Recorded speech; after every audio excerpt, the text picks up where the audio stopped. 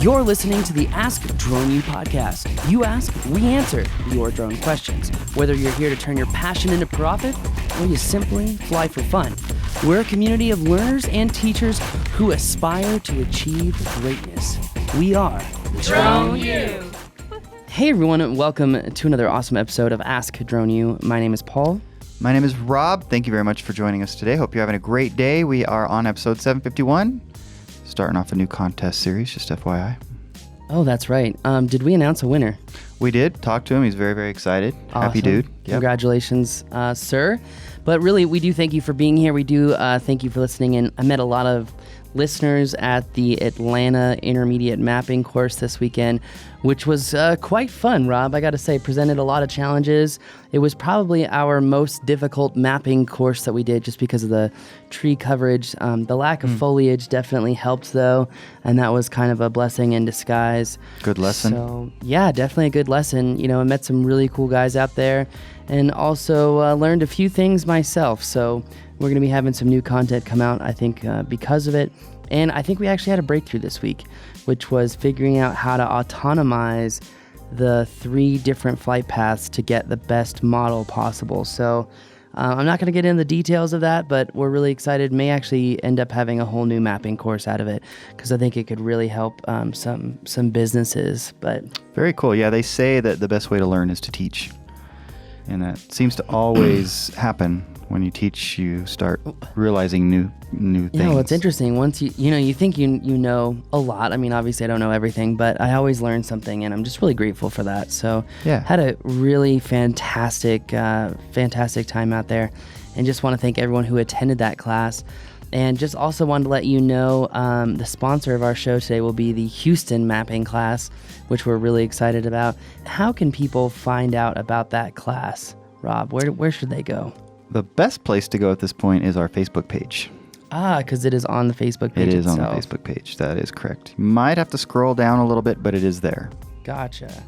Well, anyway, check out our Facebook page. It's just facebook.com/ I think it's just Drone U. Yep, facebook.com/ Drone U. Check it out. Because if you're interested in this show, someone said, I had 3 different people saying, I think that there's a very clear difference between your mapping course and the other mapping courses that are offered by other quote-unquote schools. And number one, a lot of the other schools teach on a defined application, something like, I'm not going to name names, but those applications are really good for 2D mapping, but whenever you're trying to get into 3D mapping, you really need a different skill set. And one student told me this weekend what they loved about our class was that we really went into the different acquisition strategies. Mm-hmm. We really went into the whole free flight notion, orbit notion, and, really utilizing these different ways of collecting data to get the best 3D maps possible.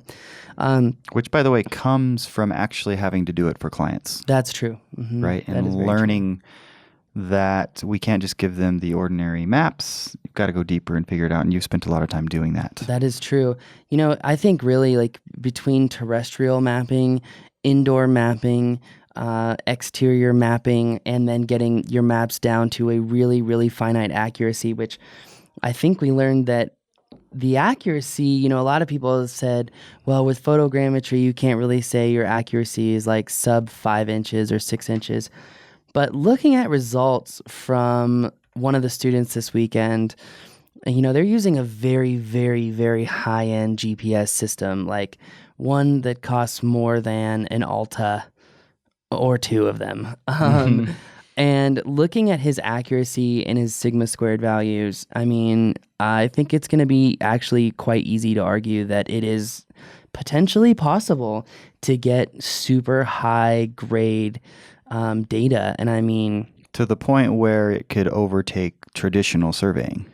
True. And, we've been really staying away from, saying that drone mapping is, surveying. I did that webinar saying, using drones for mapping is like Airbnb to the hotel industry.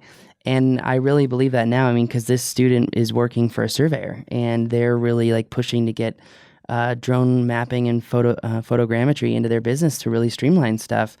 And their biggest issue is it took them 2 months to figure out how to get that accuracy down to that level. And now the biggest thing is, figuring out automating that to get it company wide. And I think we'll be helping them out with that. So Exciting stuff. yeah, It's moving so fast. It really is. We've got some new stuff coming out and some new information. I'm really excited about that. But I don't want to ramble on for too long. But just again, want to say thank you for everyone attending that course.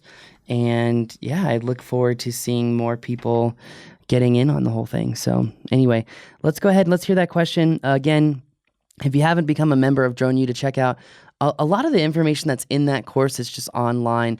That course is included if you are a Drone U member. You can go to droneu.education and sign up to become a member right now. And I think it could be, as a lot of other people say, the most valuable drone education on the internet. And that's not coming from me. That's coming from other people. So anyway, yeah, let's hear the question, Rob. Hey, this is Devin from Utah. Just had a question about flying near hot air balloons. I would assume that the FAA considers hot air balloons as aircraft, so we would need to yield and see and avoid. Are we still doing that, even if we are flying near them and around them? I mean, they are moving incredibly slow, so it's not like there's that big of a risk of collision.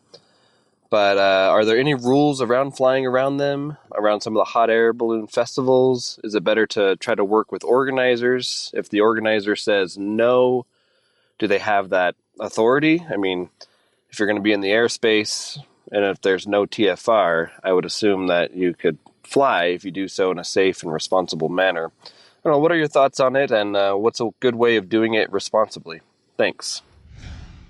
Good question, and I'm actually surprised we haven't had that question before. There's a lot of ballooning events that go on really all around the country. Obviously, the biggest one here in New Mexico, but certainly around here, it's something that, for example, if you were going to want to fly the event here, the Albuquerque Balloon Fiesta, you're going to get permission from the organizers for sure before doing that. Well, not only that, you have to get special FAA permission for the Balloon Fiesta because there is a large TFR that goes on. So for the one here, sure. Yeah, I would say the very first thing is make sure that there is not a TFR up. Go to tfr.faa.gov. Make sure that if there's no balloon festival going on, no balloon fiesta, which actually, by the way, speaking of balloon fiesta, the Drone U Fly-In, the annual conference that we have, which we believe is a one-of-a-kind conference as it is mission-based. So we don't do the whole geriatric thing of actually meeting in conference rooms and be like, oh, you have a nice business there, son. Well, can we work together? We don't do that horse shiza. What we do is actually 8 now. It's gone from 6 to 8 missions. It's going to be August 3rd, 4th, and 5th, held at the Balloon Museum and Balloon Fiesta Park. We're really excited about that. But going back to the question at hand, you know, as a Part 107 remote pilot and even under Part 101, you are supposed to yield to manned aircraft at any time. And under this rule, yielding the right-of-way actually means that the small unmanned aircraft must give way to other aircraft or vehicle and may not pass over, under, or ahead of other aircraft unless well clear. Now, well clear has been a term people have been arguing about, but the term, according to the FAA, the term well clear means that the small unmanned aircraft is far enough away from the other aircraft or vehicle that it no longer presents a hazard to the aircraft or vehicle. Thus, if a manned aircraft enters the area of operation, the small unmanned aircraft must initiate maneuvers to ensure that it maintains a distance from the manned aircraft such that there is no risk of collision with that aircraft. In response to the small UAV coalition, the FAA notes that there is no right-of-way issue if two aircraft are far enough apart that they do not present a hazard to each other. But in searching this, they don't really define a distance. I didn't see that. I could be wrong. You know, I'd be happy to be proven right or wrong, either way. You know, I've talked about maintaining distances from obstacles and whatnot. Like if there's a power pole or a radio tower pole, you're supposed to maintain a minimum distance from those. But I couldn't find a minimum distance from balloons. Now, we've had students ourselves, like you said earlier, who have actually flown around balloons and gotten some pretty cool footage. But, you know, guys, a couple things. You always have to maintain visual line of sight. So you don't want to be flying between a group of balloons, because if you lose line of sight and you can't find your orientation and you run into a balloon, that could pose a serious risk. Now, having friends that own balloons, they say that if a drone were to hit a balloon, the effect it could have varies on how big the drone is, how fast the drone is moving, and what part of the balloon is hit by the drone. Because obviously, if a drone runs into a balloon's gas tanks at high speed, that could pose That's a problem. significant risks. Yeah. In addition to that, if a balloon can actually take, from what I've been told, this is just speculative, but from what I've been told, a 12-inch gash in the side of its Of its vinyl or whatever you want to call it. I was going to say envelope, The balloon but that's itself. not right. The balloon itself.